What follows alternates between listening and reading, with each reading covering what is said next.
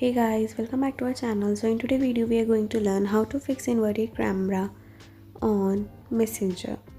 So what does this mean? It means that sometimes the Messenger camera will just itself invert it to the opposite direction in which we want, or we can just fix it. There are two methods by which we can fix it.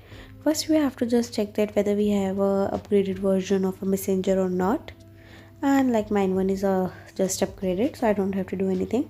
But make sure that your Messenger app will be just updated.